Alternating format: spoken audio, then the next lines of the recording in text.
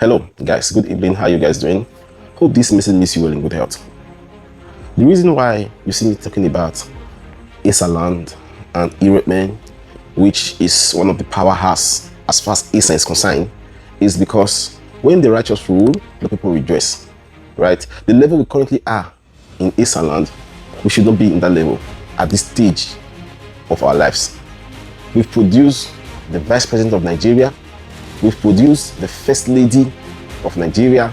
We've produced governor. We produced the first governor of Benue State, which is Abrose Ali. He's the only one who has a legacy as far as Esan is concerned. There's no other politicians in Esan as of today that we can mention. Okay, we have the current governor, Modu. He's still in office. We can actually judge him for now. He still have a very long way to go. I think it's just 2 years, barely 2 years in office. So after the 8 years in office, we'll rate his performance and we'll put his name in archives, in history, if he actually performed very well as far as Esan is concerned. All right.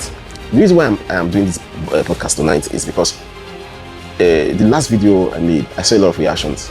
Some were saying that the video was politically motivated, others were saying different things. But for me, I want to clarify the fact that I am not a tool to any politicians. I see things the way they are. I know a lot of people will be offended with the way I pass my message, but the truth is the truth. It cannot be sugar-coated, right? Honorable Joe Idionwe, for example, was a man that I loved dearly because his wife was, when I was in Omega Fire Ministry, his wife was one of our members, right? Sometimes when we were doing protocol program, he used to assist us that time. So I love his family and all that. Joe Idionwe started a movement called Jew Solidarity Movement when he was campaigning. Then he was using just a Utsiana. That's what Joe Idionwe was using. He was no police, nothing, no exotic cars, nothing, right? The only thing I know about him was that I was told that he was once a local government chairman years ago. So, but I love his simplicity, right? So I advocated for him. I prayed, this man is a very good man. If he wins this House of Representative, I believe he will bring something home, right? When this same man, Joe Idionwe, became elected as House of Representative, everything changed. The same Joe Idionwe that was patching roads, Nepoma, rehabilitating those roads, he would just buy cement and buy gravel. They would just fix those patch roads across Market Square. You see signboard, just with that movement. He was not having enough money to even bribe or to even, he was running a very, very calm campaign, right? No exotic cars. I know that time, even Jofe was running against him. A lot of people were rooting for Joe Idionwe because Jofe on his own does not have a legacy in women's corruption.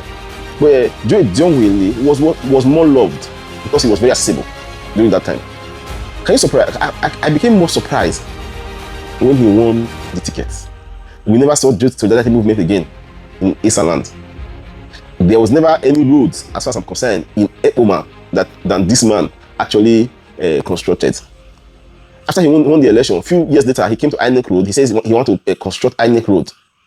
All till now, INEC Road was not constructed. I can barely say the only thing you can call, can say that Joe Idionwe did, maybe the town hall he built in Iwetme. He was there for 8 years. 8 years. The next time we saw Onwale was with brand new SUVs, bulletproof.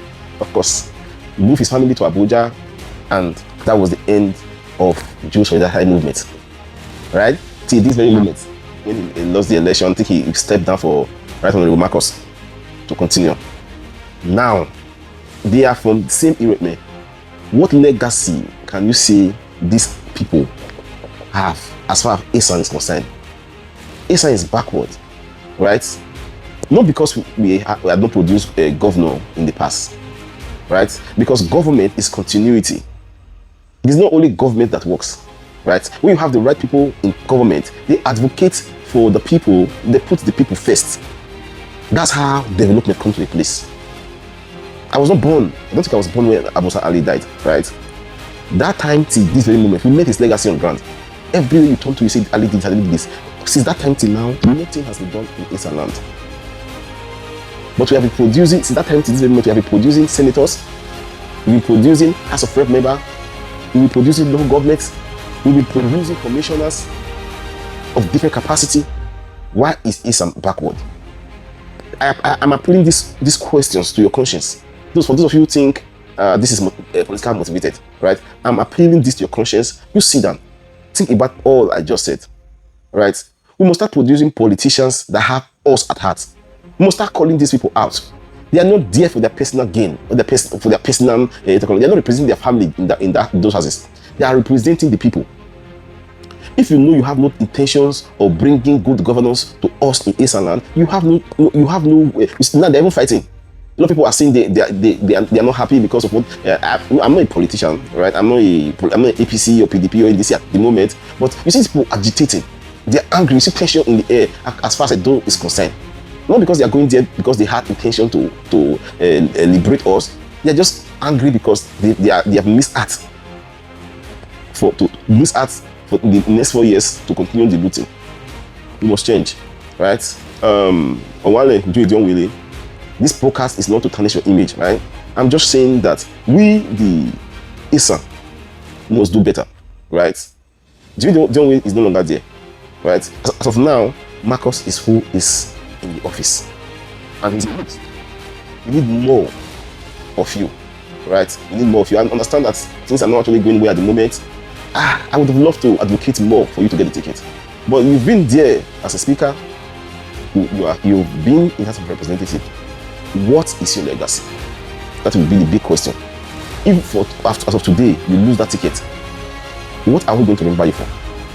And again, I was in this village a few days ago. There was a federal project I met on the ground of a borehole. I don't know who did that project. It's a federal project, right? That project is no longer working. I made asked some questions. They told me that that's the borehole that was sink. They told me it was working before, but it has stopped for a very long time. That they are no longer benefiting from the borehole, right? I don't know who did that, right? I don't know who did that. I applaud anybody that did that project. It's worth applauding, but the truth is that it's not working, right? There should be a mechanism put on ground to maintain those infrastructures, right? Not just doing it and go. You understand that some people, there's no companies in Esan land at the moment, and there is no everybody in that village. They are majority farmers, right? Please, somebody, the whole government should go and fix that. I'll put the video at the end of this podcast, and hopefully things will get better from now on, right? Government is not for one person. We must start speaking truth to power, no matter how difficult it is. We should always try and speak truth to power, right? Thank you, and have a blessed day.